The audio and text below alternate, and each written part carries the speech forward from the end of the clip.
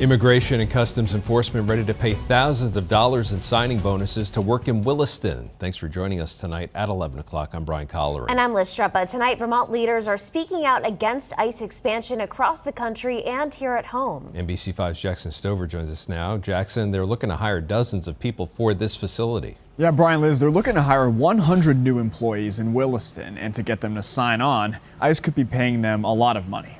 Up to $50,000. That's how much new ICE recruits could take home if they sign up to work at the agency's Tip Line facility in Williston, which is looking to take on 100 new employees to staff their call center. An ICE spokesperson tells NBC5 that the agency is committed to recruiting across the nation, including in Vermont, a recruitment effort that some say is misplaced. Like Senator Keisha Ram Hinsdale, who's on the Vermont Immigrant Legal Defense Fund. She says hiring more ICE agents in the state is not the best use of your money. The immigrants who want to be here and work and contribute to our economy and society, they are paying people far more than we could afford to pay them for the jobs to catch those folks.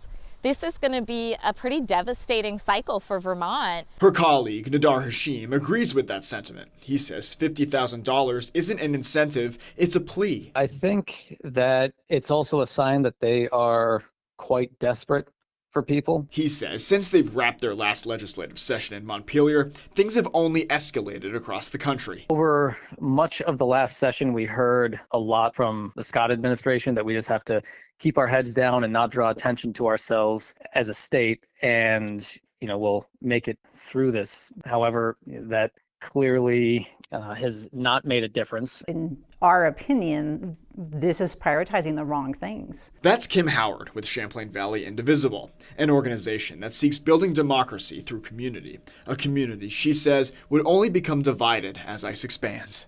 Any of us are very happy each time we have new good paying jobs coming into the state, but jobs that are helping to support things that are just not consistent with who we are as a society and as Americans, that's hard to swallow.